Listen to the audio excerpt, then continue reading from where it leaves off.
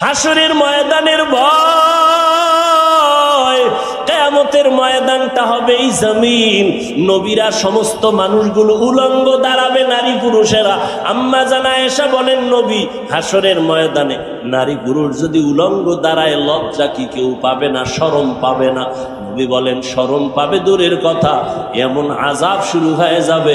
একদিকে সূর্যের গরম, অন্যদিকে জাহান্নামের আওয়াজ, অন্যদিকে রহমতের নবী বলতেছেন, আমার আল্লাহর রাগান্বিত আওয়াজ, লিমানিল মুলকুল ইয়াউম লিল্লাহিল ওয়াহিদিল কাহ্হার।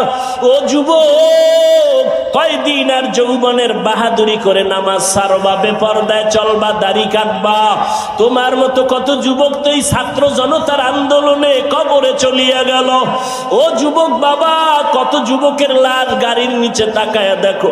এমন একটা দিন নাই বাসের নিচে, গাড়ির নিচে, পানির নিচে যুবকের লাশ নাই।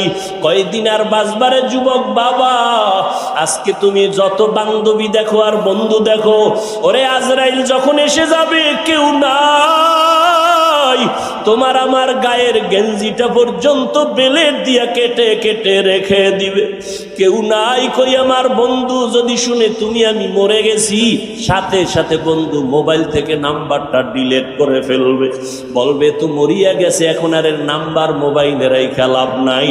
মামার হাতের ঘড়ি বলি আমার ঘড়ি, আমি মরিয়া গেলে ঘড়িটা আর একজনে হাতে দিয়া বলবে এটার মালিক আমি। আমার মোবাইলটা আর একজনে হাতে নিয়ে বলবে মোবাইলটা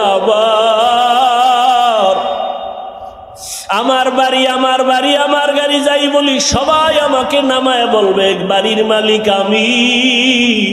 আমারে 3টা সাদা কাপড়ের প্যাকেট বানাইয়া জানাজা পড়াইয়া এমন একটা কবর বাসবাগানে নিয়ে রাখবে যেখানে বাতি নাই, সাথী নাই, কোনো আপন কেউ নাই।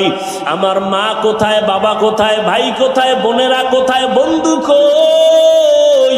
এখন আমি ডানে বামে দেখবো মাটি আর অন্ধকার আর মাটি। ওই কবর দেইখা উসমান রাদিয়াল্লাহু তাআলা আনহু কান্না করেন। ও উসমান, আপনি জান্নাতি সাহাবী, কান্দেন কেন? বলে অন্ধকার কবরে গিয়া যদি 3টা প্রশ্ন দিতে জবাব দিতে না পারি, আমার মাওলার গাইবি আওয়াজ হবে, ও কবরের মাটি এই নাফরমানের 2 পার্শ্ব থেকে জোরে জোরে চাপ দাও। কবরের মাটির চাপ সহ্য করতে পারবি না রে যুবক। একটা মশার কামড় সইতে পারি না, একটা বেতের বাড়ি সইতে পারি না, সূর্যের গরম